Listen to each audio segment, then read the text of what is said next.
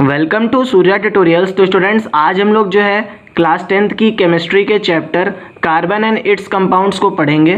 तो ये जो चैप्टर है स्टूडेंट्स ये बोर्ड एग्जाम्स के पॉइंट ऑफ व्यू से बहुत इंपॉर्टेंट है और साथ ही साथ स्टूडेंट्स इस चैप्टर का डायरेक्ट कनेक्शन जो है क्लास 11th की केमिस्ट्री और क्लास 12th की केमिस्ट्री के साथ है।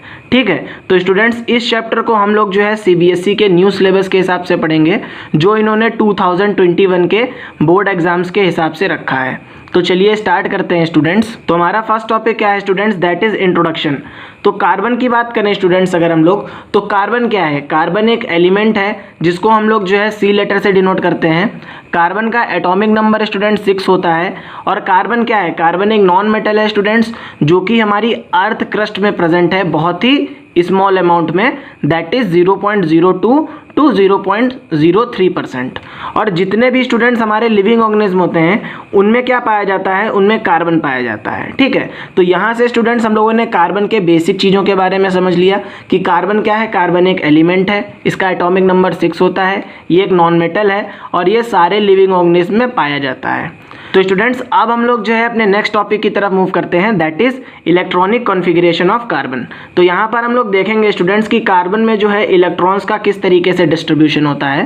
तो अगर हम लोग बात करें स्टूडेंट्स कार्बन की, तो कार्बन का एटॉमिक नंबर कितना होता है? 6 होता है। तो इसकी के शेल में 2 इलेक्ट्रॉन्स होंगे स्टूडेंट्स और एल सेल में 4 इलेक्ट्रॉन्स होंगे। तो यहाँ पे अगर हम लोग देखें स्टूडेंट्स तो एल सेल इसके लिए क्या है? आउटर मोस्ट शेल है। आउटर मोस्ट शेल को स्टूडेंट्स हम लोग क्या बोलते हैं? वैलेंस सेल बोलते हैं। और वैलेंस सेल में स्टूडेंट्स जितने इलेक्ट्रॉन प्रेजेंट होते हैं उनको हम लोग वैलेंस इलेक्ट्रॉन बोलते हैं। ठीक है, तो यहाँ पे अगर हम लोग देखें स्टूडेंट्स तो हमारे कार्बन के पास जो है 4 वैलेंस इलेक्ट्रॉन्स हैं। तो यहाँ से स्टूडेंट्स हम लोगों ने कार्बन के इलेक्ट्रॉनिक कॉन्फ़िगरेशन को देख लिया। तो स्टूडेंट्स अब हम लोग जो है अपने नेक्स्ट टॉपिक की बात करते हैं, कार्बन एंड इट्स वैलेंसी। तो यहाँ पर हम लोग स्टूडेंट्स कार्बन की वैलेंसी के बारे में बात करेंगे। तो अभी हम लोगों ने देखा है स्टूडेंट्स कि कार्बन के आउटर मोस्ट शेल में कितने इलेक्ट्रॉन्स प्रेजेंट थे? 4 इलेक्ट्रॉन्स प्रेजेंट थे। और कोई भी एटम को स्टेबल होने के लिए स्टूडेंट्स उसकी आउटर मोस्ट शेल में या तो 8 इलेक्ट्रॉन्स प्रेजेंट हो या तो 2 इलेक्ट्रॉन प्रेजेंट हो, तभी तो वो ऑक्टेट रूल को फॉलो करेगा या डुप्लेट रूल को फॉलो करेगा। तो यहाँ से स्टूडेंट्स अगर हम लोग देखें कार्बन को, तो कार्बन या तो स्टूडेंट्स अपने 4 इलेक्ट्रॉन को डोनेट कर दे तो इसके पास क्या हो जाएंगे? इसके पास 2 इलेक्ट्रॉन बचेंगे तो ये अपनी डुप्लेट रूल को फॉलो करेगा और ये स्टेबल हो जाएगा। और या फिर स्टूडेंट्स ये क्या करे? ये 4 इलेक्ट्रॉन को गेन कर ले, 4 इलेक्ट्रॉन को ले ले तो इसके पास कितने इलेक्ट्रॉन हो जाएंगे? इसके पास 8 इलेक्ट्रॉन हो जाएंगे और ये अपनी ऑक्टेट को कंप्लीट कर देगा। तो यहाँ से स्टूडेंट्स अगर हम लोग देखें तो so in case of carbon to achieve its octet and duplet carbon has either donate 4 electron और gain 4 electron to maintain stability. Carbon क्या करेगा स्टूडेंट्स? अपनी ऑक्टेट को कंप्लीट करने के लिए या ड्यूप्लेट रूल को फॉर्म करने के लिए, स्टेबल होने के लिए या तो ये 4 इलेक्ट्रॉन को डोनेट कर देगा या ये 4 इलेक्ट्रॉन को ले लेगा। ठीक है, लेकिन कार्बन के केस में क्या होता है स्टूडेंट्स कि ना तो ये 4 इलेक्ट्रॉन को गेन करता है और ना ही ये 4 इलेक्ट्रॉन को डोनेट करता है। क्योंकि स्टूडेंट्स 4 इलेक्ट्रॉन को गेन करना और 4 इलेक्ट्रॉन को डोनेट करने में बहुत ज़्यादा एनर्जी लगती है। ये आप लोग जब हायर स्टडीज़ में जाएंगे तो वहाँ पे पढ़ेंगे कि ये 4 इलेक्ट्रॉन को गेन क्यों नहीं कर रहा है या 4 इलेक्ट्रॉन को डोनेट क्यों नहीं कर रहा है। तो ये तो पॉसिबल नहीं होता है। तो यहाँ पे ना तो 4 इलेक्ट्रॉन का गेन होगा ना ही 4 इलेक्ट्रॉन का डोनेट होगा। लेकिन अगर हम लोग देखें स्टूडेंट्स तो होगा क्या? कार्बन को कहीं ना कहीं से 4 इलेक्ट्रॉन तो चाहिए ही चाहिए हैं अपनी ऑक्टेट को कंप्लीट करने के लिए, जिससे क्या हो जाए? स्टेबल हो जाए। ठीक है, तो ये क्या करता है स्टूडेंट्स? कार्बन जो है शेयरिंग करता है। कार्बन अपने 4 इलेक्ट्रॉन्स की शेयरिंग करता है और शेयरिंग करने के बाद स्टूडेंट्स ये क्या करता है? ये जो है कंपाउंड्स की फॉर्मेशन करता है। So in this case carbon shares 4 electrons with other elements to maintain its stability. तो कार्बन क्या कर रहा है स्टूडेंट्स? कार्बन जो है 4 इलेक्ट्रॉन को शेयर कर रहा है अपनी स्टेबिलिटी को मेंटेन करने के लिए। तो हम लोग क्या कहते हैं स्टूडेंट्स कि कार्बन की वैलेंसी क्या होती है? 4 होती है।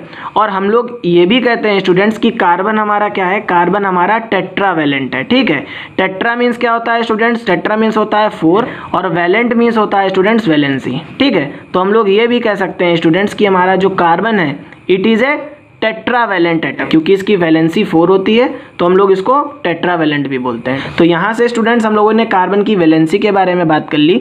अब हम लोग देखते हैं स्टूडेंट्स की कार्बन का स्ट्रक्चर कैसा होता है। स्टूडेंट्स हम लोगों का नेक्स्ट टॉपिक क्या है, that is structure of carbon. तो यहाँ से स्टूडेंट्स अगर हम लोग देखें तो कार्बन की के शेल में 2 इलेक्ट्रॉन प्रेजेंट हैं और एल शेल में 4 इलेक्ट्रॉन प्रेजेंट हैं। ठीक है स्टूडेंट्स, ये कार्बन एटम का सेंटर होगा तो ये हमारी क्या हो जाएगी, कार्बन एटम की न्यूक्लियस हो जाएगी। और यहाँ पे के शेल में 2 इलेक्ट्रॉन होंगे स्टूडेंट्स और एल शेल में 4 इलेक्ट्रॉन होंगे। तो यहाँ से स्टूडेंट्स हम लोगों ने कार्बन के बारे में बात कर ली, कार्बन की इलेक्ट्रॉनिक कॉन्फ़िगरेशन के बारे में बात कर ली, कार्बन के स्ट्रक्चर को देखा और कार्बन की वैलेंसी को देखा। अब हम लोग बात करेंगे स्टूडेंट्स की कंपाउंड्स क्या होते हैं, कितने टाइप्स के कंपाउंड्स होते हैं और कार्बन किस तरीके से जो है इतने ज़्यादा कंपाउंड्स की फॉर्मेशन करता है। तो यहाँ से अगर हम लोग इसकी डेफिनेशन को देखें तो व्हेन 2 और more than 2 elements combines formation of compounds occur, तो जब 2 या 2 से ज़्यादा एलिमेंट्स कंबाइन करते हैं स्टूडेंट्स तो क्या होता है, कंपाउंड्स की फॉर्मेशन होती है। अब यहाँ पे 2 से ज़्यादा एलिमेंट्स भी हो सकते हैं स्टूडेंट्स, लेकिन 2 से कम एलिमेंट्स कभी भी नहीं होंगे। अगर हम लोग स्टूडेंट्स इसके एग्जाम्पल की बात करें तो यहाँ पर देखिए स्टूडेंट्स, कार्बन और हाइड्रोजन क्या हुए, कंबाइन हुए और इन्होंने क्या किया, एक कंपाउंड की फॉर्मेशन की।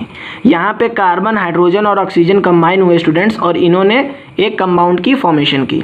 इसी तरीके से स्टूडेंट्स यहाँ पे नाइट्रोजन, हाइड्रोजन, कार्बन और ऑक्सीजन कंबाइन हुए और इन्होंने एक कंपाउंड की फॉर्मेशन की। तो ये सारे स्टूडेंट्स हमारे क्या हो जाएंगे, कंपाउंड्स के एग्जाम्पल हो जाएंगे। तो स्टूडेंट्स अब हम लोग बात करते हैं कि कंपाउंड्स कितने टाइप्स के होते हैं। ठीक है, तो अगर हम लोग देखें स्टूडेंट्स तो कंपाउंड्स बेसिकली 2 टाइप्स के होते हैं, इनऑर्गेनिक कंपाउंड्स और ऑर्गेनिक कंपाउंड। इनऑर्गेनिक कंपाउंड्स वो कंपाउंड्स होते हैं स्टूडेंट्स जिनमें कार्बन प्रेजेंट नहीं होता। तो all those compounds which does not contain carbon are called inorganic compounds. और यहाँ पे अगर स्टूडेंट्स हम लोग ऑर्गेनिक कंपाउंड की बात करें तो जितने कंपाउंड्स में स्टूडेंट्स कार्बन प्रेजेंट होता है उनको हम लोग क्या बोलते हैं, ऑर्गेनिक कंपाउंड्स बोलते हैं। सेकेंड पॉइंट में स्टूडेंट्स अगर हम लोग देखें तो branch of chemistry which deals with the study of inorganic compounds called inorganic chemistry. तो स्टूडेंट्स केमिस्ट्री की वो ब्रांच जिसमें हम लोग जो है इनऑर्गेनिक कंपाउंड्स की स्टडी करते हैं उसको हम लोग क्या बोलते हैं, इनऑर्गेनिक केमिस्ट्री बोलते हैं। वहीं पर स्टूडेंट्स अगर हम लोग देखें तो केमिस्ट्री की वो ब्रांच जिसमें हम लोग जो है ऑर्गेनिक कंपाउंड्स या कार्बन कंपाउंड्स की स्टडी करते हैं उसको हम लोग क्या बोलते हैं, ऑर्गेनिक केमिस्ट्री बोलते हैं। ठीक है स्टूडेंट्स, तो हमारे चैप्टर का क्या नेम था students, carbon and its compound. तो हम लोग ये कह सकते हैं स्टूडेंट्स कि हम लोग जो है इस चैप्टर में डायरेक्टली जो है ऑर्गेनिक केमिस्ट्री को पढ़ रहे हैं और आगे चल के स्टूडेंट्स यही केमिस्ट्री जो है आप लोग बहुत ही ब्रॉड लेवल में पढ़ेंगे। जब आप लोग क्लास 12th में पहुंचेंगे तो वहाँ पे अलग से ऑर्गेनिक केमिस्ट्री होगी आपके लिए। तो यहाँ से स्टूडेंट्स हम लोगों ने केमिस्ट्री की 2 ब्रांच के बारे में बात कर ली, एक ब्रांच और बचती है स्टूडेंट्स केमिस्ट्री की। तो ऐसी ब्रांच स्टूडेंट्स केमिस्ट्री की जिसमें हम लोग जो है फिजिक्स के फिनोमेना की स्टडी करते हैं, उनके बारे में बात करते हैं, उसको हम लोग क्या बोलते हैं, फिजिकल केमिस्ट्री बोलते हैं। ठीक है स्टूडेंट्स, तो यहाँ से हम लोगों ने स्टूडेंट्स क्या देखा कि हमारे कंपाउंड्स 2 टाइप्स के होते हैं, इनऑर्गेनिक कंपाउंड्स और ऑर्गेनिक कंपाउंड्स। और हमारी केमिस्ट्री की 3 ब्रांचेस होती हैं, that is inorganic chemistry, organic chemistry और फिजिकल केमिस्ट्री। तो स्टूडेंट्स हम लोगों का नेक्स्ट टॉपिक क्या है, that is formation of compounds. तो यहाँ पर हम लोग देखेंगे स्टूडेंट्स की कंपाउंड्स की फॉर्मेशन किस तरीके से होती है और कितने टाइप्स के कंपाउंड्स फॉर्म होते हैं। ठीक, तो अगर हम लोग बात करें स्टूडेंट्स तो बेसिकली 2 टाइप्स के कंपाउंड्स होते हैं, दैट इज आयनिक कंपाउंड्स और कोवेलेंट कंपाउंड्स। तो स्टूडेंट्स अगर हम लोग आयनिक कंपाउंड्स की बात करें तो आयनिक कंपाउंड में क्या होगा, या तो इलेक्ट्रॉन का गेन होगा या इलेक्ट्रॉन का लॉस होगा। ठीक है, तो ऐसे कंपाउंड्स स्टूडेंट्स जिनमें हम लोग जो है इलेक्ट्रॉन का गेन करके या इलेक्ट्रॉन का लॉस करके जो है कंपाउंड्स की फॉर्मेशन करते हैं उनको हम लोग क्या बोलते हैं, आयनिक कंपाउंड्स बोलते हैं। लास्ट चैप्टर में स्टूडेंट्स आप लोगों ने पढ़ा होगा कि आयनिक कंपाउंड्स की फॉर्मेशन किस तरीके से होती है। इस चैप्टर में हम लोग देखेंगे स्टूडेंट्स की कोवेलेंट कंपाउंड्स की फॉर्मेशन कैसे होती है। अब जब स्टूडेंट्स इलेक्ट्रॉन की शेयरिंग होती है, ठीक है, अब इलेक्ट्रॉन की शेयरिंग होने की वजह से स्टूडेंट्स जो कंपाउंड्स की फॉर्मेशन होती है उनको हम लोग क्या बोलते हैं, कोवेलेंट कंपाउंड्स बोलते हैं। ठीक है, तो अगर हम लोग देखें स्टूडेंट्स तो हमारा कार्बन क्या कर रहा है, कार्बन में क्या हो रही है, कार्बन में शेयरिंग हो रही है इलेक्ट्रॉन की। तो हम लोग ये डायरेक्टली कह सकते हैं स्टूडेंट्स कि कार्बन जितने भी कंपाउंड्स की फॉर्मेशन करेगा वो कैसे करेगा, वो कोवलेंट कंपाउंड्स को फॉर्म करेगा। स्टूडेंट्स अब हम लोग जो है कोवलेंट कंपाउंड के एग्जांपल्स लेते हैं। तो हमारा फर्स्ट एग्जांपल क्या होगा, हाइड्रोजन मॉलिक्यूल की फॉर्मेशन कैसे होगी। ठीक, तो यहाँ से स्टूडेंट्स अगर हम लोग देखें तो हाइड्रोजन के पास कितने इलेक्ट्रॉन होते हैं, सिर्फ एक इलेक्ट्रॉन प्रेजेंट होता है उसकी आउटर मोस्ट शेल में। और यहाँ पे अगर हम लोग देखें तो हाइड्रोजन के पास 2 एटम है स्टूडेंट्स, तो यहाँ पे भी एक इलेक्ट्रॉन प्रेजेंट होगा। तो इसको अपनी ड्यूप्लेट कंप्लीट करने के लिए एक इलेक्ट्रॉन की जरूरत होगी। तो ये क्या करेगा स्टूडेंट्स, अब इसके पास भी एक इलेक्ट्रॉन है, इसके पास भी एक इलेक्ट्रॉन है स्टूडेंट्स, तो ये क्या करेगा, ये इसके साथ एक इलेक्ट्रॉन की शेयरिंग करेगा। तो स्टूडेंट्स अगर हम लोग यहाँ से देखें तो हमारा एक हाइड्रोजन का एटम इसके साथ क्या कर रहा है, एक इलेक्ट्रॉन की शेयरिंग कर रहा है। और यहाँ पे हमारा ये वाला हाइड्रोजन एटम जो है इसके साथ एक इलेक्ट्रॉन की शेयरिंग कर रहा है। तो स्टूडेंट्स यहाँ पर जो है इस मॉलिक्यूल की फॉर्मेशन के लिए कितने इलेक्ट्रॉन्स इन्वॉल्व हैं, 2 इलेक्ट्रॉन्स इन्वॉल्व हैं। ठीक है, तो जब भी स्टूडेंट्स हमारे मॉलिक्यूल की फॉर्मेशन में 2 इलेक्ट्रॉन्स इन्वॉल्व होते हैं तो हम लोग उसको सिंगल लाइन से रिप्रेजेंट करते हैं। ठीक, तो इसी सिंगल लाइन को हम लोग क्या बोलते हैं स्टूडेंट्स, बॉन्ड बोलते हैं। तो bond is attraction force that is responsible for the formation of compounds. अब बॉन्ड क्या है स्टूडेंट्स, बॉन्ड एक तरीके की एट्रैक्शनल फोर्स है जिसकी वजह से क्या होता है, हमारे कंपाउंड्स की फॉर्मेशन होती है। तो जब 2 इलेक्ट्रॉन्स इन्वॉल्व होते हैं स्टूडेंट्स तो क्या होता है, सिंगल बॉन्ड बनता है। तो स्टूडेंट्स अब हम लोग देखेंगे कि हमारे बॉन्ड्स कितने टाइप्स के होते हैं और फिर हम लोग समझेंगे कि किस तरीके से हम लोग मॉलिक्यूल्स की फॉर्मेशन करते हैं या कंपाउंड्स की फॉर्मेशन करते हैं। तो स्टूडेंट्स अगर हम लोग देखें तो बेसिकली बॉन्ड्स हमारे 3 टाइप्स के होते हैं, that is single bond, double bond और ट्रिपल बॉन्ड। सिंगल बॉन्ड को स्टूडेंट्स हम लोग सिंगल लाइन से रिप्रेजेंट करते हैं और यहाँ पर 2 इलेक्ट्रॉन ही इन्वॉल्व होते हैं। डबल बॉन्ड को स्टूडेंट्स हम लोग 2 लाइन से रिप्रेजेंट करते हैं और यहाँ पर 4 इलेक्ट्रॉन्स इन्वॉल्व होते हैं स्टूडेंट्स मॉलिक्यूल की फॉर्मेशन के लिए। इसी तरीके से स्टूडेंट्स अगर हम लोग ट्रिपल बॉन्ड की बात करें तो इनको हम लोग 3 लाइन से रिप्रेजेंट करते हैं और यहाँ पर 6 इलेक्ट्रॉन इन्वॉल्व होते हैं बॉन्ड की फॉर्मेशन के लिए। ठीक है, तो स्टूडेंट्स यहाँ पर आप लोग जो है एक पॉइंट को नोट कर लीजिए कि जब हम लोग जो है इलेक्ट्रॉन को डॉट से रिप्रेजेंट करते हैं, जब भी हम लोग जो है इलेक्ट्रॉन को डॉट से रिप्रेजेंट करते हैं तो हम लोग उसको क्या बोलते हैं, इलेक्ट्रॉन डॉट स्ट्रक्चर बोलते हैं। और जब स्टूडेंट्स हम लोग जो है इलेक्ट्रॉन को जो है क्रॉस से रिप्रेजेंट करते हैं तो हम लोग क्या बोलते हैं, इसको इलेक्ट्रॉन क्रॉस स्ट्रक्चर बोलते हैं या लुईस स्ट्रक्चर्स बोलते हैं। ठीक है, इन दोनों तरीकों को स्टूडेंट्स हम लोग क्या बोलते हैं, लुईस स्ट्रक्चर बोलते हैं। और यहाँ पर स्टूडेंट्स हम लोग इनको लुईस स्ट्रक्चर इसलिए बोलते हैं क्योंकि लुईस ने ही जो है इलेक्ट्रॉन्स को डॉट और क्रॉस की फॉर्म में रिप्रेजेंट करने का आइडिया दिया था। ठीक है स्टूडेंट्स, सेकंड एग्जांपल क्या है students, formation of oxygen molecule. तो ऑक्सीजन मॉलिक्यूल में स्टूडेंट्स हमारे ऑक्सीजन के 2 एटम होते हैं। तो स्टूडेंट्स ऑक्सीजन का एटॉमिक नंबर कितना होता है, 8 होता है। तो इसकी आउटर मोस्ट शेल में कितने इलेक्ट्रॉन्स होंगे, 6 इलेक्ट्रॉन्स होंगे। ठीक है, तो यहाँ से अगर हम लोग देखें स्टूडेंट्स तो हमारे पास ऑक्सीजन के 2 एटम्स हैं। तो ये देखिए 1 2 3 4 5 और 6, 1 2 3 4 5 और 6। हम लोगों ने यहाँ पे स्टूडेंट्स 6 इलेक्ट्रॉन इसके बना दिए और 6 इलेक्ट्रॉन्स इसके आउटर मोस्ट शेल के रिप्रेजेंट कर दिए। अब ऑक्सीजन को स्टूडेंट्स अपनी ऑक्टेट को कंप्लीट करने के लिए कितने इलेक्ट्रॉन्स की ज़रूरत है, 2 इलेक्ट्रॉन्स की ज़रूरत है। ठीक है, तो ये क्या करेगा स्टूडेंट्स, अब ये वाला ऑक्सीजन जो है इससे कहेगा कि यार तुम हमें अपने 2 ऑक्सीजन दे दो तो हम अपनी ऑक्टेट को कंप्लीट कर लें। तो ये कहेगा ठीक है तुम हमारे 2 ले लो और हमें भी अपने 2 इलेक्ट्रॉन दे दो जिससे कि हम लोग जो है अपनी ऑक्टेट को कंप्लीट कर लें।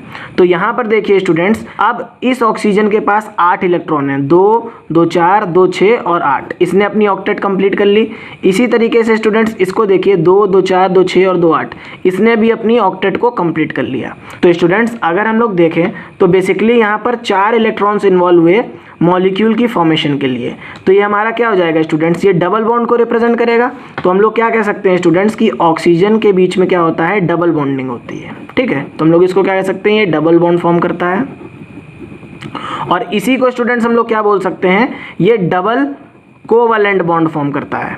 क्योंकि कोवैलेंट बॉन्ड स्टूडेंट्स हमारे क्या होते हैं, जब हमारी शेयरिंग होती है इलेक्ट्रॉन्स की तो कौन से बॉन्ड बनते हैं, कोवैलेंट बॉन्ड बनते हैं। तो स्टूडेंट्स अब हम लोग जो है अपने नेक्स्ट एग्जांपल को देखते हैं, नाइट्रोजन मॉलिक्यूल की फॉर्मेशन को। ठीक है, तो अगर हम लोग नाइट्रोजन मॉलिक्यूल की बात करें स्टूडेंट्स तो नाइट्रोजन के मॉलिक्यूल में 2 एटम प्रेजेंट होते हैं। तो यहाँ पर हम लोग 2 एटम लिख ले रहे हैं स्टूडेंट्स। और नाइट्रोजन का एटॉमिक नंबर कितना होता है, 7 होता है। तो इसकी आउटर मोस्ट शेल में स्टूडेंट्स कितने इलेक्ट्रॉन प्रेजेंट होंगे, 5 इलेक्ट्रॉन्स प्रेजेंट होंगे। तो इसको अपनी ऑक्टेट कंप्लीट करने के लिए स्टूडेंट्स कितने इलेक्ट्रॉन चाहिए, 3 इलेक्ट्रॉन चाहिए। ठीक है, तो हम लोग क्या करेंगे स्टूडेंट्स, इसके 3 इलेक्ट्रॉन इस तरीके से रिप्रेजेंट कर देंगे। क्योंकि देखिए स्टूडेंट्स, अभी आप लोगों ने देखा, अब ये क्या कहेगा, ये वाला नाइट्रोजन इससे ये कहेगा कि यार तुम हमें अपने 3 इलेक्ट्रॉन दे दो शेयरिंग के लिए, तो हम जो है अपनी ऑक्टेट को कंप्लीट कर लें। इसी तरीके से स्टूडेंट्स ये वाला नाइट्रोजन क्या कहेगा कि यार तुम भी हमें अपने 3 इलेक्ट्रॉन दे दो, तो हम भी जो है अपनी ऑक्टेट को कंप्लीट कर लें। तो अगर हम लोग देखें स्टूडेंट्स, तो यहाँ पर कितने इलेक्ट्रॉन्स की शेयरिंग हो रही है, 6 इलेक्ट्रॉन्स इन्वॉल्व हो रहे हैं नाइट्रोजन की मॉलिक्यूल की फॉर्मेशन के लिए। तो हम लोग क्या कह सकते हैं स्टूडेंट्स कि नाइट्रोजन के बीच में ट्रिपल बॉन्ड बन रहा है। तो ये स्टूडेंट्स नोट करके एक बहुत ही इंपॉर्टेंट पॉइंट को अपने माइंड में बिठा लीजिएगा कि नाइट्रोजन को स्टूडेंट्स यहाँ से आप लोग देखिए कि 2 एटम की रिक्वायरमेंट हो रही है एक मॉलिक्यूल की फॉर्मेशन के लिए, ठीक है। तो number of atoms that forms a molecule is called atomicity. अब जितने एटम्स जो हैं स्टूडेंट्स मिलकर एक मॉलिक्यूल की फॉर्मेशन करते हैं उसको हम लोग क्या बोलते हैं, एटोमिसिटी बोलते हैं, ठीक। यहाँ पर स्टूडेंट्स 2 एटम इन्वॉल्व हैं, तो हम लोग क्या बोलेंगे कि नाइट्रोजन मॉलिक्यूल की एटोमिसिटी कितनी है, 2 है। स्टूडेंट्स अब हम लोग जो है अपने नेक्स्ट एग्जांपल की तरफ मूव करते हैं, that is formation of methane compound, ठीक है। मीथेन हमारा क्या है स्टूडेंट्स, एक कंपाउंड होता है। तो यहाँ से अगर हम लोग देखें स्टूडेंट्स, तो मीथेन का जो फॉर्मूला होता है दैट इज CH4। तो स्टूडेंट्स अब हम लोगों को जो है CH4 की फॉर्मेशन करनी है। तो हम लोग जानते हैं स्टूडेंट्स कि कार्बन की आउटर मोस्ट शेल में कितने इलेक्ट्रॉन्स प्रेजेंट होते हैं, 4 इलेक्ट्रॉन्स प्रेजेंट होते हैं, और हाइड्रोजन की आउटर मोस्ट शेल में 1 इलेक्ट्रॉन प्रेजेंट होता है, ठीक। तो यहाँ से स्टूडेंट्स अगर हम लोग देखें तो ये कार्बन हो गया स्टूडेंट्स, और इसकी आउटर मोस्ट शेल में कितने इलेक्ट्रॉन्स प्रेजेंट होते हैं, 4 इलेक्ट्रॉन्स प्रेजेंट होते हैं। तो हम लोगों ने इसको क्रॉस से रिप्रेजेंट कर दिया, ठीक है। और हाइड्रोजन को स्टूडेंट्स, हाइड्रोजन की आउटर मोस्ट शेल में 1 इलेक्ट्रॉन प्रेजेंट होता है, ठीक। तो यहाँ पर क्या होगा स्टूडेंट्स, यहाँ पर भी हमारा हाइड्रोजन एटम होगा, क्योंकि हम लोगों के पास 4 हाइड्रोजन एटम है। तो 4 हाइड्रोजन एटम क्या करेंगे स्टूडेंट्स, इसके साथ कुछ इस तरीके से अटैच हो जाएंगे। तो कार्बन को स्टूडेंट्स क्या चाहिए, कार्बन को 4 इलेक्ट्रॉन्स चाहिए हैं अपनी ऑक्टेट को कंप्लीट करने के लिए, ठीक है। तो ये क्या कहेगा, ये सारे हाइड्रोजन से कहेगा कि यार तुम हमें अपने एक इलेक्ट्रॉन को हमारे साथ शेयर कर लो। तो अब ये हाइड्रोजन क्या कहेगा स्टूडेंट्स कि तुम भी अपने 1 इलेक्ट्रॉन को हमारे साथ शेयर कर लो, तो हमारा जो ड्यूप्लेट है वो कंप्लीट हो जाए। तो हाइड्रोजन भी स्टेबल हो जाएगा स्टूडेंट्स, और हमारा कार्बन भी स्टेबल हो जाएगा स्टूडेंट्स। तो इस तरीके से जो है स्टूडेंट्स हमारे मीथेन कंपाउंड की फॉर्मेशन होती है। यहाँ पर स्टूडेंट्स 2 इलेक्ट्रॉन इन्वॉल्व हुए हैं, तो ये क्या होगा, यहाँ पर सिंगल बॉन्ड की फॉर्मेशन होगी। तो हम लोग इसको इस तरीके से भी रिप्रेजेंट कर सकते हैं, C single bond H, C single bond H, C single bond H और C सिंगल बॉन्ड H। और एक इंपॉर्टेंट चीज़ और देखिए स्टूडेंट्स कि यहाँ पर क्या हो रहा है, यहाँ पर हम लोग जो है इलेक्ट्रॉन्स को क्रॉस और डॉट की फॉर्म में रिप्रेजेंट कर रहे हैं। तो अभी मैंने आप लोगों को बताया था स्टूडेंट्स कि जब हम लोग जो है इलेक्ट्रॉन को क्रॉस और डॉट की फॉर्म में रिप्रेजेंट करते हैं तो उनको हम लोग क्या बोलते हैं, लुईस स्ट्रक्चर बोलते हैं, लुईस डॉट स्ट्रक्चर या लुईस क्रॉस स्ट्रक्चर। तो हम लोग क्या कह सकते हैं स्टूडेंट्स कि हम लोग जितने भी कंपाउंड्स पढ़ रहे हैं वो सब हमारे क्या है, लुईस डॉट स्ट्रक्चर है। तो स्टूडेंट्स हमारा नेक्स्ट कंपाउंड क्या है, that is formation of ethane molecule, ठीक है। आप लोग मॉलिक्यूल भी लिख सकते हैं, कंपाउंड भी लिख सकते हैं, ठीक। तो यहाँ पर स्टूडेंट्स अगर हम लोग देखें तो यहाँ पर 2 कार्बन है और 5 हाइड्रोजन एटम है। अब होगा क्या स्टूडेंट्स कि ये जो है मैंने आप लोगों को होमवर्क में दिया है, और इसका स्ट्रक्चर स्टूडेंट्स मैं आप लोगों को बना के दिखा दे रहा हूँ बॉन्ड की फॉर्म में। तो इसका स्ट्रक्चर कुछ इस तरीके से होगा, ठीक है। तो अब आप लोगों को समझ में आ गया होगा स्टूडेंट्स कि आप लोगों को इसका लुईस स्ट्रक्चर किस तरीके से बनाना है। तो ये आप लोग जो है बना के मुझे कमेंट में ज़रूर बताइएगा कि आप लोगों से बन रहा है कि नहीं बन रहा है। यहाँ पर स्टूडेंट्स अगर हम लोग देखें तो अभी तक हम लोगों ने जितने भी कंपाउंड्स की फॉर्मेशन करी उनमें क्या हो रहा था, उनमें इलेक्ट्रॉन्स की शेयरिंग हो रही थी। तो हम लोगों ने उनको क्या बोला कि ये कोवेलेंट कंपाउंड्स हैं। तो कोवेलेंट कंपाउंड्स में स्टूडेंट्स जो भी बॉन्ड्स की फॉर्मेशन होती है या जो भी बॉन्डिंग होती है, ठीक है, कंपाउंड्स की फॉर्मेशन के लिए स्टूडेंट्स कोवेलेंट कंपाउंड्स में जो भी बॉन्डिंग होती है उसको हम लोग क्या बोलते हैं, कोवेलेंट बॉन्डिंग बोलते हैं। और कोवेलेंट बॉन्डिंग के कुछ कैरेक्टरिस्टिक्स होते हैं स्टूडेंट्स। तो सबसे पहला कोवेलेंट बॉन्डिंग का कैरेक्टरिस्टिक क्या होता है स्टूडेंट्स, क्योंकि यहाँ पे क्या हो रहा है, यहाँ पे इलेक्ट्रॉन की सिर्फ और सिर्फ शेयरिंग होती है। तो स्टूडेंट्स जब यहाँ पे शेयरिंग हो रही है तो यहाँ पे जो फोर्स ऑफ अट्रैक्शन होती है बहुत ही ज़्यादा कम होती है एटम्स के बीच में। हम लोग ज़रा सा भी स्टूडेंट्स टेम्परेचर बढ़ाते हैं तो क्या हो जाता है, इनके बीच के जो बॉन्ड्स होते हैं ये ब्रेक कर जाते हैं, ठीक। सेकेंड पॉइंट में स्टूडेंट्स हम लोग क्या बोल सकते हैं कि जब भी हमारी कोवेलेंट बॉन्डिंग होगी तो उस कोवेलेंट कंपाउंड का जो मेल्टिंग पॉइंट होगा और बॉइलिंग पॉइंट होगा वो बहुत ज़्यादा कम होगा, ठीक है। साथ ही साथ स्टूडेंट्स यहाँ पर क्या हो रहा है, यहाँ पर कोई भी आयंस की फॉर्मेशन तो होती नहीं है। तो जब यहाँ पे आयंस की फॉर्मेशन नहीं होती है स्टूडेंट्स, तो जितने भी हमारे कोवेलेंट कंपाउंड्स हैं ये जो है पुअर कंडक्टर ऑफ इलेक्ट्रिसिटी होते हैं। तो स्टूडेंट्स अब हम लोग जो है अपने नेक्स्ट एग्जाम्पल की तरफ मूव करते हैं, that is formation of CO2 molecule. तो अगर हम लोग कार्बन की बात करें स्टूडेंट्स, तो कार्बन का एटॉमिक नंबर कितना होता है, 6 होता है। तो इसके पास 2,4, इसके आउटर मोस्ट शेल में 4 इलेक्ट्रॉन होंगे। और ऑक्सीजन का एटॉमिक नंबर कितना होता है, 8 होता है। तो इसके आउटर मोस्ट शेल में 6 इलेक्ट्रॉन्स प्रेजेंट होंगे, ठीक है। तो हम लोगों को यहाँ पे CO2 के मॉलिक्यूल की फॉर्मेशन करनी है। तो अगर हम लोग देखें स्टूडेंट्स, तो कार्बन के पास हमारे कितने इलेक्ट्रॉन्स हैं, कार्बन के पास हमारे 4 इलेक्ट्रॉन्स प्रेजेंट हैं। और ऑक्सीजन के पास स्टूडेंट्स हमारे 6 इलेक्ट्रॉन्स प्रेजेंट हैं, ठीक है। तो यहाँ से अगर हम लोग देखें स्टूडेंट्स, ठीक है, तो यहाँ पे स्टूडेंट्स आप लोग देखिए, तो ये हमारा ऑक्सीजन हो गया, ये इसके पास 6 इलेक्ट्रॉन्स प्रेजेंट हैं। तो होगा क्या स्टूडेंट्स कि कार्बन को कितने इलेक्ट्रॉन्स चाहिए बॉन्ड की फॉर्मेशन के लिए। कार्बन कहेगा इस वाले ऑक्सीजन एटम से कि यार तुम हमें अपने 2 ऑक्सीजन दे दो, तो हमारे पास कितने हो जाएंगे, 6 हो जाएंगे। और इससे भी कहेगा कि तुम हमें अपने 2 दे दो, तो मेरे पास 8 हो जाएंगे। अब ऐसा नहीं होगा स्टूडेंट्स कि ये वाला जो कार्बन है ये कह दे कि तुम हमें अपने 4 दे दो, हम जो है बॉन्ड की फॉर्मेशन कर लें। अगर ये वाला जो है इसके साथ शेयरिंग कर लेगा पूरे एटम्स की, तो फिर ये वाले बचेगा ही नहीं। तो फिर स्टूडेंट्स कार्बन डाइऑक्साइड मॉलिक्यूल की फॉर्मेशन कैसे होगी, तो हमेशा स्टूडेंट्स क्या होगा कि इक्वल इलेक्ट्रॉन्स की शेयरिंग होगी। 2 इलेक्ट्रॉन ये शेयर करेगा और 2 इलेक्ट्रॉन ये शेयर करेगा। तो यहाँ पर जो है हमारे कार्बन के पास 8 इलेक्ट्रॉन हो गए इसकी ऑक्टेट में, तो ये तो स्टेबल हो गया। लेकिन अभी भी हमारा जो ऑक्सीजन मॉलिक्यूल है स्टूडेंट्स, ये जो है अनस्टेबल है। इसके पास स्टूडेंट अभी भी 6 इलेक्ट्रॉन है। तो ये क्या कहेगा कि यार तुम हमें अपने 2 इलेक्ट्रॉन दे दो बॉन्ड की फॉर्मेशन के लिए। तो इससे ये 2 ले लेगा स्टूडेंट्स, और इसी तरीके से यहाँ से ये 2 इलेक्ट्रॉन्स की शेयरिंग हो जाएगी, ठीक है। तो अगर हम लोग देखें स्टूडेंट्स, तो एक कार्बन और ऑक्सीजन के बीच में 4 इलेक्ट्रॉन्स इन्वॉल्व हो रहे हैं, और यहाँ पर भी हमारे कार्बन और ऑक्सीजन के बीच में 4 इलेक्ट्रॉन्स इन्वॉल्व हो रहे हैं। तो हम लोग क्या कह सकते हैं स्टूडेंट्स कि कार्बन और ऑक्सीजन के बीच में डबल बॉन्ड की फॉर्मेशन हो रही है। तो ये हमारा क्या हो जाएगा स्टूडेंट्स, ये हमारा CO2 मॉलिक्यूल हो जाएगा। इसी तरीके से स्टूडेंट्स हम लोग जो है NH3 मॉलिक्यूल की फॉर्मेशन को देख लेते हैं। तो स्टूडेंट नाइट्रोजन का एटॉमिक नंबर कितना होता है, 7 होता है। तो इसकी आउटर मोस्ट शेल में 5 इलेक्ट्रॉन्स होंगे। इसी तरीके से हाइड्रोजन का एटॉमिक नंबर 1 होता है, तो इसके आउटर मोस्ट शेल में 1 इलेक्ट्रॉन होगा। तो स्टूडेंट्स यहाँ से अगर हम लोग देखें, तो नाइट्रोजन के पास 1 ये होगा, 1 ये होगा, 1 ये होगा, ठीक है। तो ये क्या करेगा स्टूडेंट्स, अब ये वाला हाइड्रोजन जो है इसके साथ जो है 1 इलेक्ट्रॉन की शेयरिंग करेगा और अपनी ड्यूप्लेट को कंप्लीट करेगा। इसी तरीके से ये वाला हाइड्रोजन जो है इसके साथ 1 इलेक्ट्रॉन की शेयरिंग करेगा और अपनी ड्यूप्लेट को कंप्लीट करेगा। और यहाँ पे भी एक हाइड्रोजन अटैच हो जाएगा। तो ये हाइड्रोजन की तो ड्यूप्लेट कंप्लीट हो गई स्टूडेंट्स। लेकिन अगर आप लोग देखें स्टूडेंट्स, तो अभी भी हमारे नाइट्रोजन के पास 1 2 3 4 5 हैं। तो नाइट्रोजन क्या कहेगा, यार तुम हमारे साथ शेयरिंग कर लो और हमें जो है अपने 3 इलेक्ट्रॉन्स जो हैं दे दो एक एक इंडिविजुअल से, ठीक है। तो यहाँ पे क्या हो जाएगा स्टूडेंट्स, अब नाइट्रोजन के पास 2 2 4 2 6 और 2 8 इलेक्ट्रॉन होंगे। तो अब हमारा नाइट्रोजन भी स्टेबल हो जाएगा स्टूडेंट्स। तो नाइट्रोजन का स्ट्रक्चर स्टूडेंट्स कुछ इस तरीके से होता है, ठीक है। तो यहाँ पे 1 इलेक्ट्रॉन पेयर तो हमारा कहीं भी बॉन्डिंग में इन्वॉल्व नहीं है।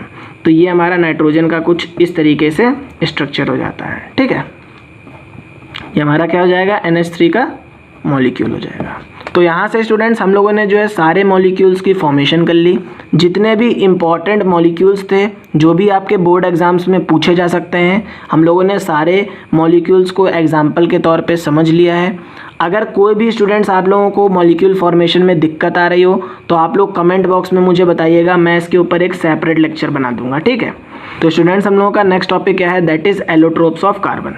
तो एलोट्रोप्स ऑफ कार्बन पढ़ने से पहले स्टूडेंट्स हम लोगों को पता होना चाहिए कि आखिर एलोट्रोपी क्या होती है। It is a property of an element to exist in different forms in nature.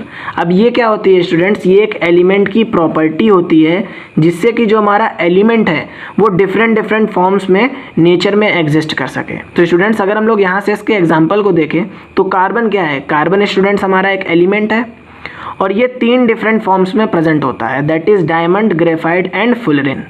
तो यहाँ पे क्या होता है स्टूडेंट्स कि कार्बन हमारा एलिमेंट तो सेम है, ये डायमंड भी कार्बन से मिलके बना है, ग्रेफाइट भी कार्बन से मिलके बना है और हमारा फुलरिन भी कार्बन से मिलके बना है। लेकिन यहाँ पर क्या हो रहा है स्टूडेंट्स कि सिर्फ और सिर्फ इनके स्ट्रक्चर में डिफरेंस है। तो हम लोग कह सकते हैं स्टूडेंट्स कि एलोट्रोपी क्या होती है।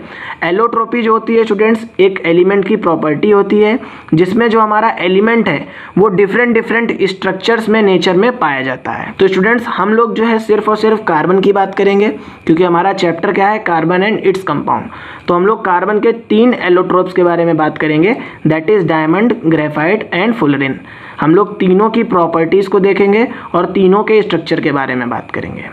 उससे पहले स्टूडेंट्स हम लोग समझ लेते हैं कि हमारे एलोट्रोप्स की प्रॉपर्टीज़ क्या होती हैं।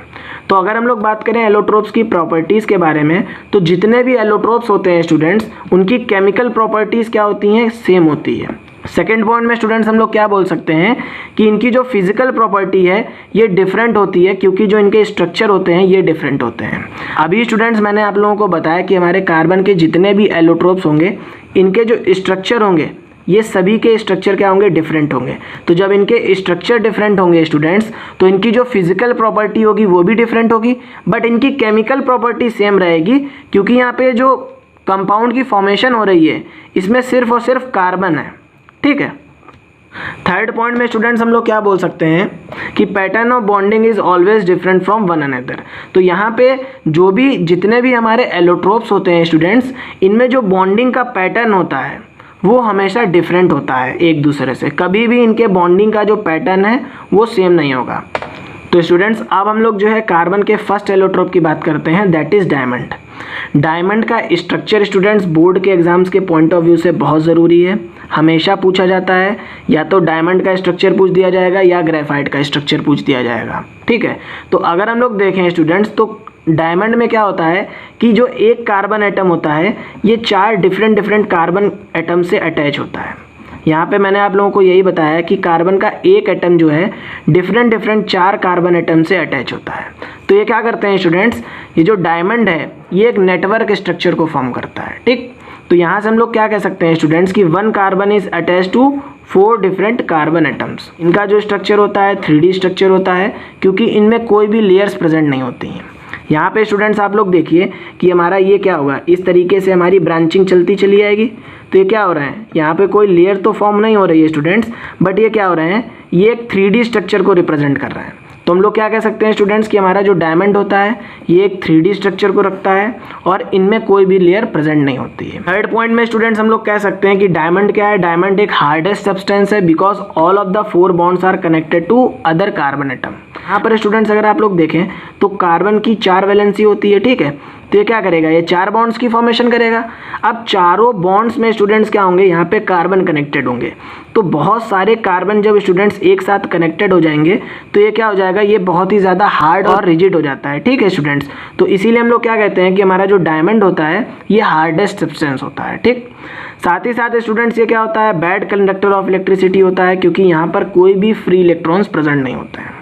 और डायमंड का यूज स्टूडेंट्स हम लोग जो है कटिंग सब्सटेंसेस में भी करते हैं। तो स्टूडेंट्स हम लोगों का नेक्स्ट कार्बन का एलोट्रोप क्या है, दैट इज ग्रेफाइट। तो ग्रेफाइट में क्या होता है स्टूडेंट्स कि यहाँ पे जो एक कार्बन एटम होता है वो 3 डिफरेंट कार्बन एटम से अटैच होता है। डायमंड में क्या हो रहा था स्टूडेंट्स कि डायमंड में जो था एक कार्बन एटम 4 कार्बन एटम से अटैच था, लेकिन यहाँ पर जो होता है एक जो हमारा इलेक्ट्रॉन होता है, एक पेयर इलेक्ट्रॉन का जो होता है ये फ्री होता है, ठीक है। हमेशा इसको याद रखिएगा कि डायमंड में तो चारों बॉन्ड हमारे बन रहे थे, लेकिन ग्रेफाइट में जो होगा एक इलेक्ट्रॉन का पेयर फ्री होगा। तो हम लोग क्या कह सकते हैं स्टूडेंट्स कि 1 carbon is attach to 3 carbon atoms, so there is a presence of free electrons in it. अब ग्रेफाइट का स्ट्रक्चर क्या होता है स्टूडेंट्स, ग्रेफाइट का जो स्ट्रक्चर होता है हमारा ये लेयर स्ट्रक्चर होता है और ये 2D नेटवर्क होता है। ये हमारा एक कार्बन एटम है, ठीक है। अब ये 3 कार्बन एटम से अटैच होगा स्टूडेंट्स, ठीक है। इसी तरीके से देखिए ये कार्बन एटम है स्टूडेंट्स, अब एक इसके साथ अटैच है, एक इसके साथ अटैच है और एक इसके साथ अटैच है। तो यहाँ पे क्या करते हैं स्टूडेंट्स, ये हेक्सागोनल रिंग्स को फॉर्म करते हैं। यहाँ पे आप लोग देखिए स्टूडेंट्स कि ये क्या कर रहा है, हेक्सागोनल रिंग्स को फॉर्म कर रहा है। तो हम लोग क्या कह सकते हैं स्टूडेंट्स कि हमारे ग्रेफाइट में हेक्सागोनल की फॉर्मेशन होती है, ठीक। स्टूडेंट्स अगर हम लोग जो है नेक्स्ट पॉइंट की बात करें तो ग्रेफाइट में क्या होता है स्टूडेंट्स, बहुत ही ज़्यादा वीक फोर्स होती है अट्रैक्शन की, ठीक है, क्योंकि इसका जो स्ट्रक्चर होता है स्टूडेंट्स ये कैसा होता है, लेयर टाइप स्ट्रक्चर होता है। तो यहाँ पर जो अट्रैक्शनल फोर्स होती है इनके बॉन्ड्स के बीच में ये बहुत ज़्यादा कम होती है। तो स्टूडेंट्स ग्रेफाइट की नेक्स्ट प्रॉपर्टी क्या होती है कि it is also used as a lubricant in heavy machines. हम लोग जो है स्टूडेंट्स ग्रेफाइट का जो है ल्यूब्रिकेंट की तरीके से यूज़ करते हैं बहुत ही हैवी मशीन्स में, क्योंकि जो स्टूडेंट्स हमारा ग्रेफाइट होता है ये बहुत ज़्यादा स्लिपरी होता है। ठीक, तो स्टूडेंट्स इसकी लास्ट प्रॉपर्टी क्या होगी, it is very soft and also a very good conductor of electricity due to the presence of free electrons in it. तो जो स्टूडेंट्स हमारा ग्रेफाइट होता है ये बहुत ही अच्छा कंडक्टर होता है इलेक्ट्रिसिटी का, क्योंकि यहाँ पे क्या प्रेजेंट होते हैं स्टूडेंट्स, फ्री इलेक्ट्रॉन्स प्रेजेंट होते हैं। साथ ही साथ स्टूडेंट्स ये बहुत ही ज़्यादा सॉफ्ट होता है। यहाँ से स्टूडेंट्स हम लोगों ने जो है ग्रेफाइट के स्ट्रक्चर और उसकी फिजिकल प्रॉपर्टीज़ के बारे में भी बात कर ली। तो स्टूडेंट्स अब हम लोग जो है कार्बन के लास्ट एलोट्रोप के बारे में बात करेंगे, दैट इज़ फुलरीन। तो फुलरीन जो है स्टूडेंट्स ये बहुत ही रिसेंट एलोट्रोप है कार्बन का, इसको हम लोगों ने 60 ईयर्स पहले ही खोजा है। तो स्टूडेंट्स अगर हम लोग जो है फुलरीन के स्ट्रक्चर की बात करें तो फुलरीन जो है स्टूडेंट्स इसमें सिर्फ और सिर्फ 60 एटम्स ही प्रेजेंट होते हैं। लेकिन अभी हम लोगों ने जब ग्रेफाइट और डायमंड की बात करी थी स्टूडेंट्स, तो वहाँ पे हम लोगों ने देखा था कि ग्रेफाइट और डायमंड में जो थे बहुत ही ह्यूज अमाउंट में क्या थी, कार्बन के एटम्स प्रेजेंट थे। तो हम लोग क्या कह सकते हैं स्टूडेंट्स कि हमारा जो फुलरीन होता है इसमें जो है बहुत ही कम एटम्स प्रेजेंट होते हैं कार्बन के, that is 60। Its structure is just like a football. तो फुलरीन का स्ट्रक्चर जो होता है स्टूडेंट्स ये फुटबॉल की तरीके से होता है, और इस स्ट्रक्चर में students basically 20 hexagonal rings present होती हैं, ठीक है, और 12 पेंटागोनल रिंग्स प्रेजेंट होती हैं, जो क्या करती हैं स्टूडेंट्स एक C60 मॉलिक्यूल की फॉर्मेशन करती हैं। तो यहाँ पे सपोज कर लीजिए स्टूडेंट्स ये क्या है, हमारी फुटबॉल है, और यहाँ पे क्या होगा स्टूडेंट्स की हेक्सागोनल रिंग्स भी प्रेजेंट होंगी इस तरीके से कुछ, और पेंटागोनल रिंग्स भी प्रेजेंट होंगी। ये हमारी पेंटागोनल रिंग हो जाएगी स्टूडेंट्स, ठीक है। तो स्टूडेंट्स अगर हम लोग बात करें फुलरीन की प्रॉपर्टी की, तो fullerene is neither too soft not too hard. तो स्टूडेंट्स यहाँ पर मैंने इसका पूरा नाम लिखा है, that is Buckminster fullerene. Buckminster fullerene ने ही जो है स्टूडेंट्स क्या किया था, फुलरीन को डिस्कवर किया था। तो हम लोग इसको बकमिस्टर फुलरीन भी कहते हैं या फुलरीन भी कहते हैं। तो फुलरीन स्टूडेंट्स हमारा ना तो बहुत ज़्यादा सॉफ्ट होता है और ना ही बहुत ज़्यादा हार्ड होता है। अगर हम लोग स्टूडेंट्स इसकी और प्रॉपर्टीज़ की बात करें तो फुलरीन की जो है स्टूडेंट्स जो प्रॉपर्टीज़ होती हैं वो डायमंड और ग्रेफाइट के इंटरमीडिएट होती हैं, ठीक है। तो इस तरीके से स्टूडेंट्स हम लोगों ने फुलरीन के बारे में भी बात कर ली। तो स्टूडेंट्स हम लोगों का नेक्स्ट टॉपिक क्या है, that is versatile nature of carbon. Why carbon forms infinite number of compounds. तो यहाँ पर स्टूडेंट्स हम लोग ये देखेंगे आखिर हमारा जो कार्बन है ये इतने ज़्यादा कंपाउंड्स की फॉर्मेशन क्यों करता है, ठीक है। तो हम लोग यहाँ पे इसके रीज़न देखेंगे। तो इसका फर्स्ट रीज़न क्या होता है students, due to its tetravalency. यहाँ पर स्टूडेंट्स इसकी 4 वैलेंसी होने के कारण जो है यहाँ पर कार्बन का कोई भी atom, chlorine, bromine, fluorine, hydrogen, oxygen, कोई भी एटम जो है स्टूडेंट्स इसके साथ अटैच हो जाता है और क्या करता है, कंपाउंड्स की फॉर्मेशन कर देता है। तो हम लोग क्या कह सकते हैं स्टूडेंट्स की फर्स्ट रीज़न क्या होगा, क्योंकि जो है इसकी वैलेंसी 4 होती है और यहाँ पर डिफरेंट जो हमारे एटम्स होते हैं स्टूडेंट्स ये इसके साथ अटैच होकर के कोई भी मॉलिक्यूल या कंपाउंड की फॉर्मेशन कर देते हैं। सेकेंड पॉइंट क्या होगा स्टूडेंट्स कि कार्बन के पास क्या होता है, कैटिनेशन प्रॉपर्टी होती है, ठीक है। अब कैटिनेशन प्रॉपर्टी क्या होती है students, it is a property of an element to form a large number of compounds by forming chains और रिंग्स। ये भी एक एलिमेंट की प्रॉपर्टी होती है स्टूडेंट्स जिसमें जो हमारा एलिमेंट है ये बहुत ही ज़्यादा नंबर ऑफ कंपाउंड्स की फॉर्मेशन करता है with the help of chains और रिंग्स। तो यहाँ पे क्या होता है स्टूडेंट्स कि हमारा जो कार्बन है ये स्ट्रेट चेन में भी कंपाउंड्स की फॉर्मेशन करता है, ये ब्रांच चेन में भी कंपाउंड्स की फॉर्मेशन करता है। साथ ही साथ स्टूडेंट्स क्या होता है कि हमारा जो कार्बन होता है ये रिंग्स भी फॉर्म करता है, ठीक है। तो हम लोग क्या कह सकते हैं स्टूडेंट्स, क्योंकि हमारे कार्बन जो है स्ट्रेट चेन में भी कंपाउंड्स की फॉर्मेशन कर रहा है, ब्रांच चेन में भी कंपाउंड की फॉर्मेशन कर रहा है, तो इस वजह से जो है स्टूडेंट्स ये बहुत ही ज़्यादा नंबर ऑफ कंपाउंड्स की फॉर्मेशन करता है। अब स्टूडेंट्स एक इम्पॉर्टेंट पॉइंट आप लोग हमेशा याद रखिएगा कि सिलिकन भी जो होता है स्टूडेंट्स, सिलिकन के पास भी कैटिनेशन प्रॉपर्टी होती है। लेकिन यहाँ पर क्या होता है स्टूडेंट्स कि सिलिकन जो है स्टूडेंट्स ये बहुत ज़्यादा अमाउंट में चेन्स की फॉर्मेशन नहीं करता है। तो हम लोग क्या कह सकते हैं स्टूडेंट्स की कैटिनेशन प्रॉपर्टी बहुत सारे एलिमेंट्स के पास होती है, लेकिन जो सबसे ज़्यादा कैटिनेशन प्रॉपर्टी को शो करता है वो हमारा कार्बन होता है और इसी की वजह से जो है कार्बन के सबसे ज़्यादा कंपाउंड्स बनते हैं। तो स्टूडेंट्स अब हम लोग जो है अपने नेक्स्ट टॉपिक की तरफ मूव करते हैं, that is types of organic compound. तो यहाँ पर स्टूडेंट्स हम लोग उन टॉपिक्स को नहीं डिस्कस करेंगे जो आपके सीबीएसई के बोर्ड एग्जाम से इस साल हटा दिए गए हैं। तो स्टूडेंट्स हम लोगों का फर्स्ट ऑर्गेनिक कंपाउंड का टाइप क्या होगा, दैट इज हाइड्रोकार्बन। अब हाइड्रोकार्बन क्या होते हैं स्टूडेंट्स, ऐसे कंपाउंड्स जिनमें सिर्फ और सिर्फ हाइड्रोजन और कार्बन प्रेजेंट होता है उनको हम लोग क्या बोल देते हैं, हाइड्रोकार्बन बोल देते हैं स्टूडेंट्स। अब हाइड्रोकार्बन भी स्टूडेंट्स हमारे दो टाइप्स के होते हैं, ठीक है। पहले हमारे सैचुरेटेड हाइड्रोकार्बन होते हैं और दूसरे हमारे अनसैचुरेटेड हाइड्रोकार्बन होते हैं। तो सैचुरेटेड हाइड्रोकार्बन स्टूडेंट्स क्या होते हैं, सिंगल बॉन्डेड होते हैं, और जितने भी स्टूडेंट्स हमारे सैचुरेटेड हाइड्रोकार्बन होते हैं ये क्या होते हैं, ये एल्केन्स होते हैं। वहीं पे स्टूडेंट्स अगर हम लोग बात करें अनसैचुरेटेड हाइड्रोकार्बन की, तो अनसैचुरेटेड हाइड्रोकार्बन स्टूडेंट्स दो टाइप के होते हैं, दैट इज डबल बॉन्डेड और ट्रिपल बॉन्डेड। तो डबल बॉन्डेड अनसैचुरेटेड हाइड्रोकार्बन को स्टूडेंट्स हम लोग एल्कीन बोलते हैं, और ट्रिपल बॉन्डेड अनसैचुरेटेड हाइड्रोकार्बन को स्टूडेंट्स हम लोग एल्काइंस बोलते हैं, ठीक है। तो यहाँ पे क्या होगा स्टूडेंट्स, एल्केन में सिर्फ और सिर्फ सिंगल बॉन्ड प्रेजेंट होंगे, एल्कीन में स्टूडेंट्स डबल बॉन्ड प्रेजेंट होंगे, और एल्काइन में स्टूडेंट्स हमारे ट्रिपल बॉन्ड प्रेजेंट होंगे। तो स्टूडेंट्स यहाँ से हम लोगों ने सैचुरेटेड और अनसैचुरेटेड हाइड्रोकार्बन के बारे में बात कर ली। अब हम लोग बात करते हैं एल्किल ग्रुप की। ये बहुत इंपॉर्टेंट है स्टूडेंट्स, 2 मार्क्स में पूछा जा सकता है। तो removal of an hydrogen atom from an alkane is called alkyl group. अब स्टूडेंट्स जब भी हम लोग जो है एल्केन से जो है कोई भी हाइड्रोजन एटम को रिमूव कर देते हैं तो उसको हम लोग क्या बोलते हैं स्टूडेंट्स, एल्किल ग्रुप बोलते हैं, ठीक है।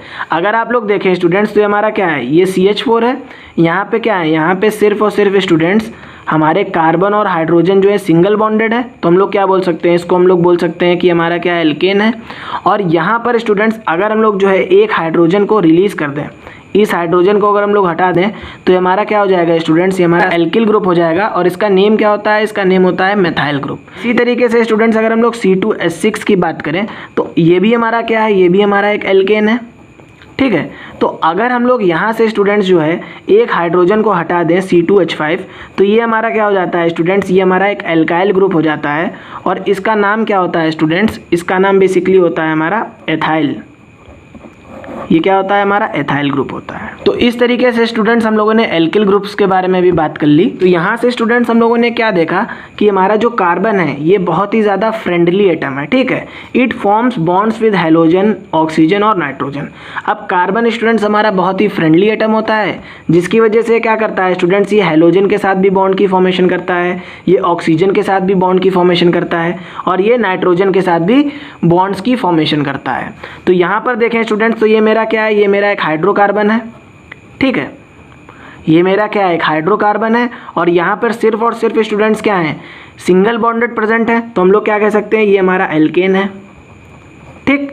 तो यहाँ पर स्टूडेंट्स अगर हम लोग देखें तो हम लोग क्या करें, अब हम लोग इस हाइड्रोजन को हटा करके इसकी जगह पर क्लोरीन, ब्रोमीन और आयोडीन या कोई भी एटम को रख दें स्टूडेंट्स, ठीक है, जो हाइड्रोजन ना हो, तो क्या होगा स्टूडेंट्स कि हमारा जो हाइड्रोकार्बन है इसकी केमिकल प्रॉपर्टीज़ क्या हो जाएंगी, चेंज हो जाएंगी, और ये कैसा हो जाएगा, रिएक्टिव नेचर का हो जाएगा। तो यहाँ पर स्टूडेंट्स अगर आप लोग देखिए तो यहाँ पर क्या है, ये मेरा हाइड्रोकार्बन था, और हम लोगों ने क्या किया, यहाँ पे ब्रोमीन एटम को जोड़ दिया, और यहाँ पे जो है OH एटम को जोड़ दिया, ठीक है। तो अब यहाँ पे हाइड्रोजन के सिवा स्टूडेंट्स हम लोगों ने कोई भी एटम को जोड़ा तो क्या हो जाएगा कि ये जो हमारा कंपाउंड था, ये हमारा जो हाइड्रोकार्बन था, ये रिएक्टिव हो जाएगा, ठीक है स्टूडेंट्स।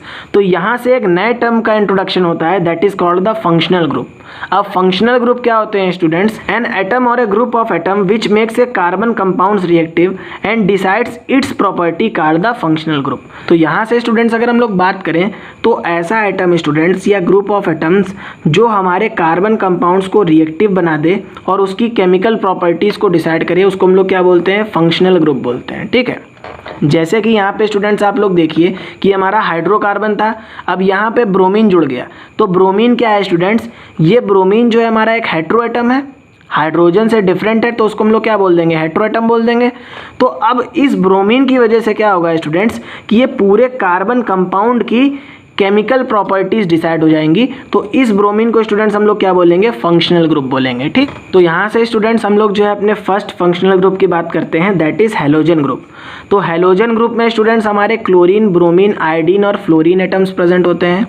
तो यहाँ पर स्टूडेंट्स अगर हम लोग देखें तो ये क्या था, ये हमारा हाइड्रोकार्बन था, और यहाँ पर हम लोगों ने क्या किया स्टूडेंट्स, एक हाइड्रोजन को हटा करके क्लोरीन एटम को जोड़ दिया। ठीक है, तो ये क्या हो जाएगा स्टूडेंट्स, ये हमारा हैलोजन ग्रुप हो जाएगा। यहाँ पे हम लोग कह देंगे कि यहाँ पे क्या होगा, यहाँ पे हमारा फंक्शनल ग्रुप हैलोजन हो जाएगा। ठीक, तो ऐसे कोई भी ऑर्गेनिक कंपाउंड्स स्टूडेंट्स जिनमें जो है हैलोजन एटम प्रेजेंट होता है स्टूडेंट्स, उनको हम लोग क्या बोलते हैं, उनको हम लोग या तो हेलो एल्केन बोलते हैं, या हेलो एल्काइन बोलते हैं, या हेलो एल्कीन बोलते हैं। हेलो एल्केन में क्या होगा स्टूडेंट्स, हेलो एल्केन में सिर्फ और सिर्फ सिंगल बॉन्ड प्रेजेंट होंगे।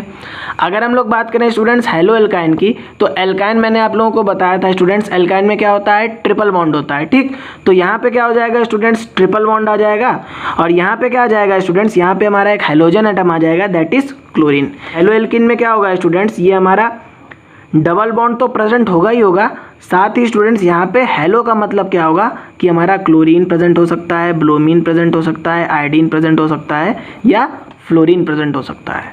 तो यहाँ पर हम लोगों ने इसको क्लोरीन के साथ जोड़ दिया। इसी तरीके से स्टूडेंट्स हम लोग अपने सेकेंड फंक्शनल ग्रुप की बात करते हैं, दैट इज अल्कोहल ग्रुप। अब कोई भी हाइड्रोकार्बन में स्टूडेंट्स जब हमारा OH एटम अटैच हो जाता है तो उसको हम लोग क्या बोल देते हैं, अल्कोहल ग्रुप बोलते हैं। ठीक है, तो ऐसे ऑर्गेनिक कंपाउंड्स स्टूडेंट्स जिनमें OH ग्रुप प्रेजेंट होता है उनको हम लोग क्या बोलते हैं कि ये जो है अल्कोहल फैमिली से बिलोंग करता है, या अल्कोहल्स होते हैं। ठीक स्टूडेंट्स, अब हम लोग जो है अपने थर्ड फंक्शनल ग्रुप को देखते हैं, दैट इज एल्डिहाइड। अब एल्डिहाइड में क्या होगा स्टूडेंट्स, जब हमारे हाइड्रोकार्बन में CHO एटम जुड़ जाएगा तो हम लोग क्या बोलेंगे स्टूडेंट्स कि ये जो है हमारे एल्डिहाइड ग्रुप का मेंबर है। या ऐसे ऑर्गेनिक कंपाउंड्स स्टूडेंट्स जिनमें जो है CHO ग्रुप प्रेजेंट होता है उनको हम लोग क्या बोलते हैं, एल्डिहाइड्स बोलते हैं। ठीक है, इसी तरीके से स्टूडेंट्स हम लोग जो है कार्बोक्सिलिक एसिड को देख लेते हैं। तो जब हमारे हाइड्रोकार्बन में जो है students C double bond OH group present होता है उनको हम लोग क्या बोलते हैं, उनको हम लोग कार्बोक्सिलिक एसिड्स बोलते हैं। और यहाँ पे C डबल बॉन्ड OH ये हमारा क्या कहलाता है, ये हमारा कार्बोक्सिलिक ग्रुप कहलाता है। ठीक, तो स्टूडेंट्स हम लोगों का नेक्स्ट फंक्शनल ग्रुप है कीटोन्स। तो अगर हम लोग कीटोन्स की बात करें स्टूडेंट्स, तो कोई भी हाइड्रोकार्बन में स्टूडेंट्स CO एटम आ जाए, C डबल बॉन्ड O अगर हम लोगों को दिख जाएगा तो हम लोग क्या बोलेंगे स्टूडेंट्स कि वो जो हमारा हाइड्रोकार्बन है उसके अंदर कीटोन ग्रुप प्रेजेंट है। जितने भी स्टूडेंट्स ऑर्गेनिक कंपाउंड्स होते हैं जिनमें कीटोन ग्रुप प्रेजेंट होता है उनको हम लोग क्या बोलते हैं, कीटोन्स बोलते हैं। इसी तरीके से स्टूडेंट्स हम लोग जो है नेक्स्ट फंक्शनल ग्रुप की बात कर लेते हैं, दैट इज एल्कीन। अब कोई भी हाइड्रोकार्बन में स्टूडेंट्स अगर हम लोगों को जो है C डबल बॉन्ड C दिख जाए तो उसको हम लोग क्या बोलेंगे स्टूडेंट्स कि इसके अंदर जो है एल्कीन ग्रुप प्रेजेंट है। और जितने भी ऑर्गेनिक कंपाउंड्स स्टूडेंट्स जिनमें एल्कीन ग्रुप प्रेजेंट होता है उनको हम लोग क्या बोलते हैं, एल्कीन बोलते हैं। इसी तरीके से स्टूडेंट्स हम लोग जो है अपने लास्ट फंक्शनल ग्रुप को देख लेते हैं, दैट इज एल्काइंस।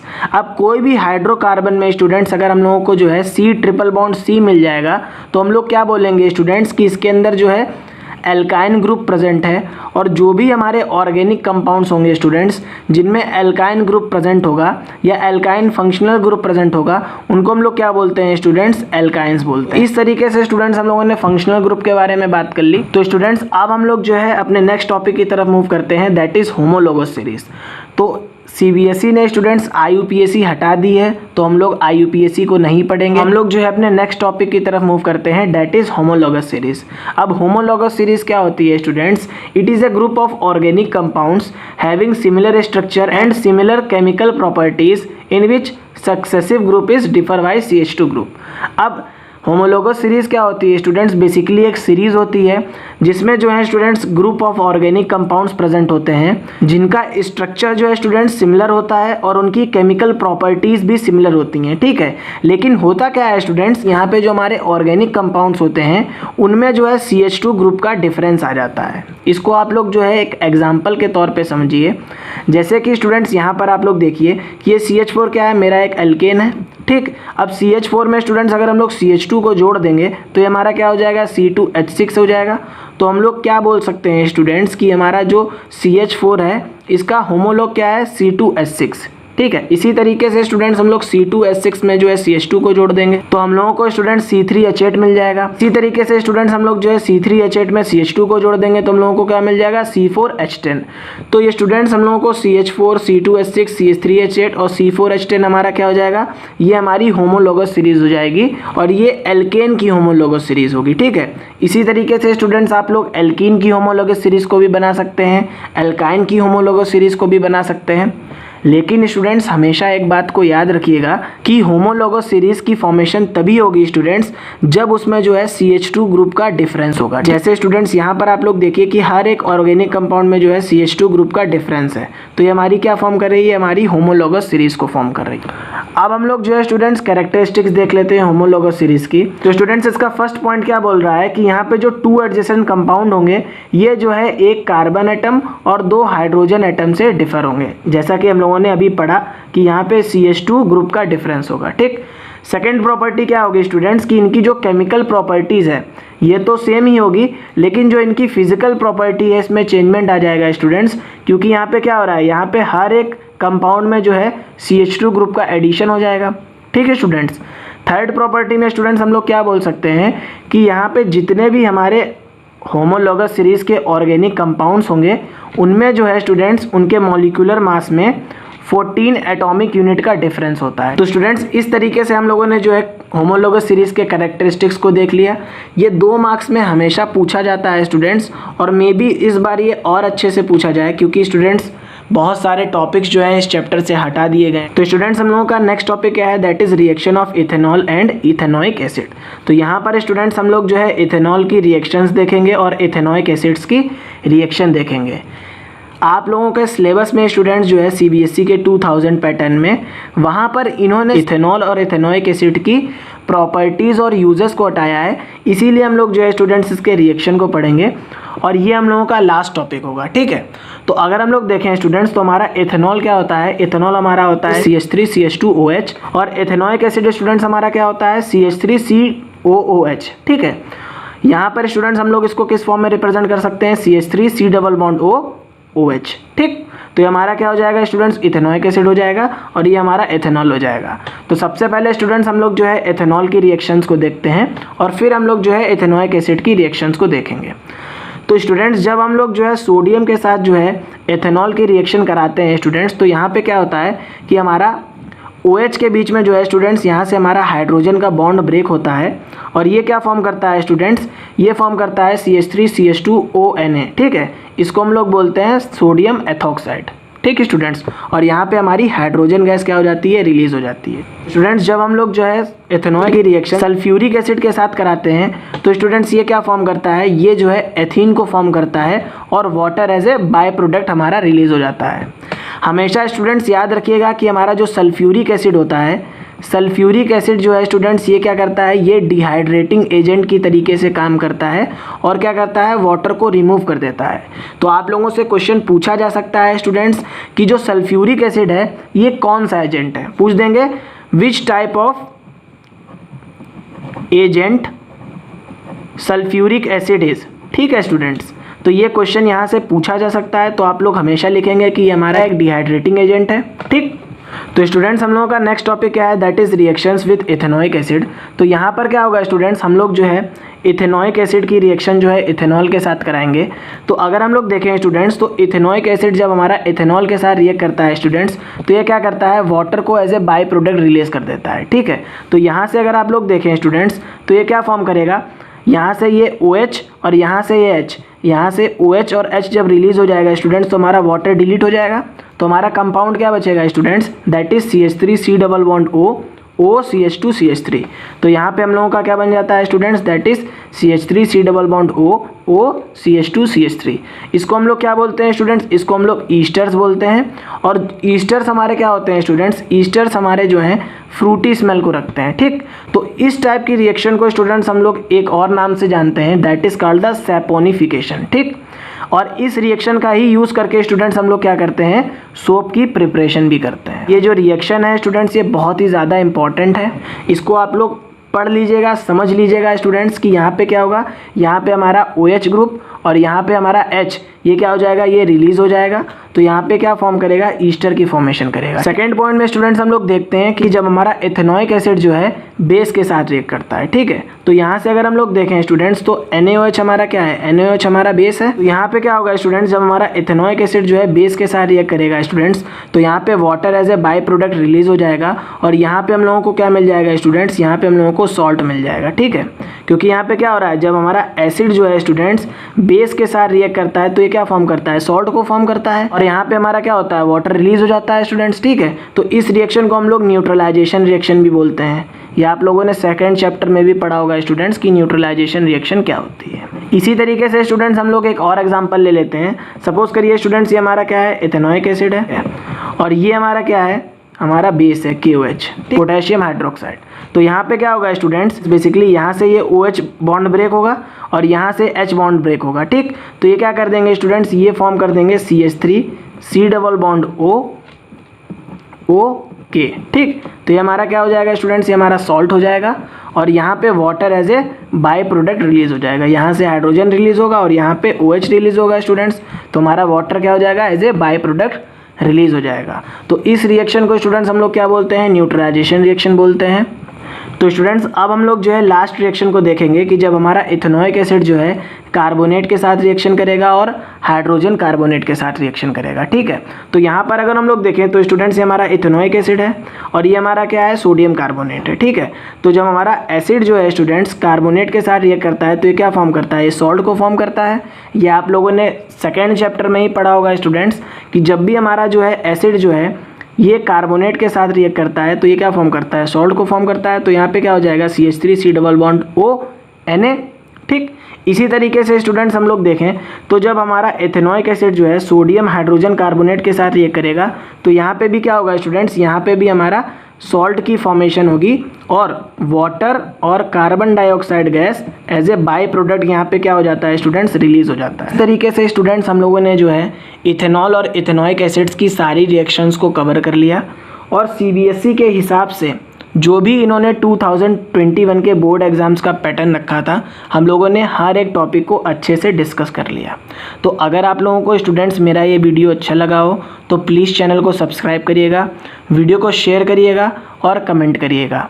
साथ ही साथ स्टूडेंट्स मैंने जो है डिस्क्रिप्शन में बेस्ट बुक की लिंक डाल दी है, तो अगर आप लोग चाहें तो स्टूडेंट्स वहाँ से जो है बुक्स को भी देख सकते हैं कि कौन कौन सी बुक्स जो हैं आप लोगों के बोर्ड एग्ज़ाम्स के लिए बढ़िया होंगी। थैंक्स।